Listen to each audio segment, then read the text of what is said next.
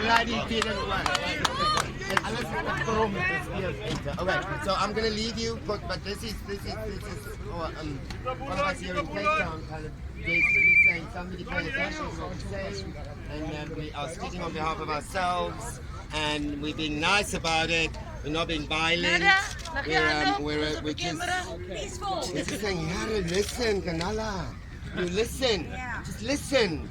Okay, so I'm somebody else has got me on their thing, so I'm gonna lose you guys for a moment because I've got something to listen to. So thank you very much, everybody, for coming out. It allows me also a platform to say what I think and feel, and I always like to count myself as a, you know, that mythical preacher, the ordinary South African. I know there's always a lot of clamor to make me exceptional, but I do think of myself as an ordinary South African, and I'd like to refer to my country and my people and my place as something that is intrinsically part of me. And then when I address it, it comes from within that space. So a little while ago, I wrote this. I've written about like 9,000,007 open letters. I don't really send them anywhere. It's just they help me make sense of it for myself. And this is one that this is one that I wrote a couple of months ago. Sort of here, halfway through the first lockdown. This thing has levels, as you well know. So just take it as somewhere around there. I don't know anymore which day was when and which lockdown we're referring to. An open letter to the collective. Dear you guys running the show, the Honorable President and those honorable people responding to this pandemic on behalf of and with the nation, some whose names is most about them, I know. Yes. Yeah. You need to give smokers a break. Don't worry. Nothing about our right to self-harm here. Who still does that? Nee, Godela. Though I'm hearing that whole government is losing money argument. And as per communique via the president, right now we need money. Every cent. Money for smokers, though, already a hurdle. Inflated prices and under-the-counter sales making tempers flare and blood curdle. Yes. No one forcing them, I know. Though I believe those who were going to quit, suffer and manage it, have done so, as have those who have attempted and failed at that bit. Now, we are just creating more lawbreakers. Yes. Impacting negatively on the national response from civilians to lawmakers. Anyway, I believe it's a huge ask when you take away people's coping mechanisms, considering what you're mostly going to be asking from them in this crisis is to be vigilant and to be coping. Yes. I would ask that you don't let having to deal with smokers become part of the group that has to be addressed as a challenge to this nation's response. I think the seriousness of addressing the pandemic can allow for flagging this as something to address when back from this is our bounds. When we are through it, the other side out, busy manifesting that new world you've been signaling about. Also, please consider that smokers are not to blame for this. There is nothing about this pandemic that in its origin has been linked to smoking. That's a myth. Maybe you can appreciate how unfortunate it is for smokers that unchecked behavior around smoking and where physical health has already been compromised can be interpreted as providing opportunities for both strengthening the spread of the virus and weakening the effectiveness of medication. It has been widely accepted.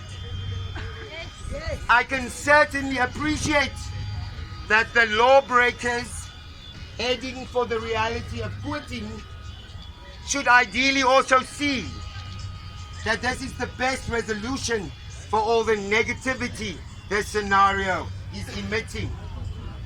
Except nicotine withdrawal is a thing. It has been medically proven that smoking is an addiction, not a habit.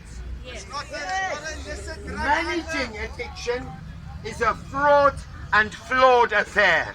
Makes the person as jittery as a rabbit. Often best achieved with some outside support. I'd like for you to give serious consideration to the import scenarios like this afford, please. If no one amongst you smoke, I would suggest you also take a moment to view it from the smoker's perspective. Ask any damn random oak. Yeah. Reason and logic are meaningless tools when it comes to fighting addiction. And responding to the pandemic, in my humble opinion, is important enough to not want to piggyback the nail in the coffin for smokers as an additional possible solution. Whilst commendable in intent, I believe the timing is completely without tact. Without wanting to appear like I know better, I'd like to parade this as a fact. Yes. Yes. And honestly, I think you're doing the best thing. But we are a country crisising. And right now, doing the best thing, in my humble opinion, is not necessarily doing the right thing. Yes. Bear with me. You might find opportunity for this argument yourself if somewhere a semblance of the idea of a shift is shimmering as a possibility. We remember the president believing there for a moment that it was okay to let my people smoke. The subsequent turnaround by the Honorable NDZ, whilst for many turned into a joke, was for smokers like I don't really know what to compare it to, but not cool. Here's my shot, and I'm pitching it at, I think, one of the insistent voices on this, the Honorable NDZ. Ma'am, I asked you in the 90s, in an interview for a television program, you might recall, perchance, what if that is not what the people want? The question was on the back of the responses to your very strong anti-smoking stance, which I must confess, impressed me no end that you stood firm despite being called the most horrible names. The blatant racism directed at you, the truly appalling behavior of what we are to assume where smokers were to blame. Didn't someone try to throw you or have you thrown off a plane? I mention this not to suggest that you bear grudges, but to explain and to rather point out that there are always those variations in groupings where some respond one way and others really just shouldn't. if it's without dignity they choose to be stooping. Thing is, when I asked you about doing something the people didn't seem to want, you answered, sometimes the people have to be told what's good for them. Rather astrant. Please, I'm not raising this to scream about authoritarianism and civil liberties. I was startled when you answered because the inference was also to me.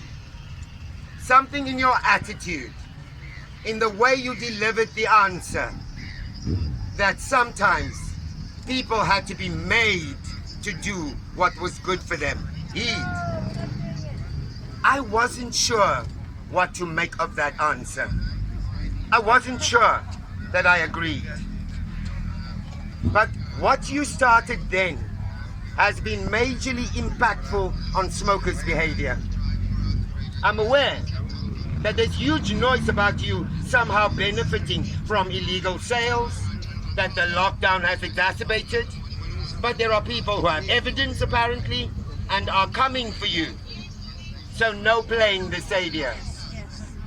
Regardless, I've come back to your answer that day, often since then, as a means of evaluating for myself my understanding of how it works, this relationship between government and citizen. And all that has become clearer is that, like with all things, it is an evolving one. And I find myself again at one of those times. Yes, ma'am. Because there is you.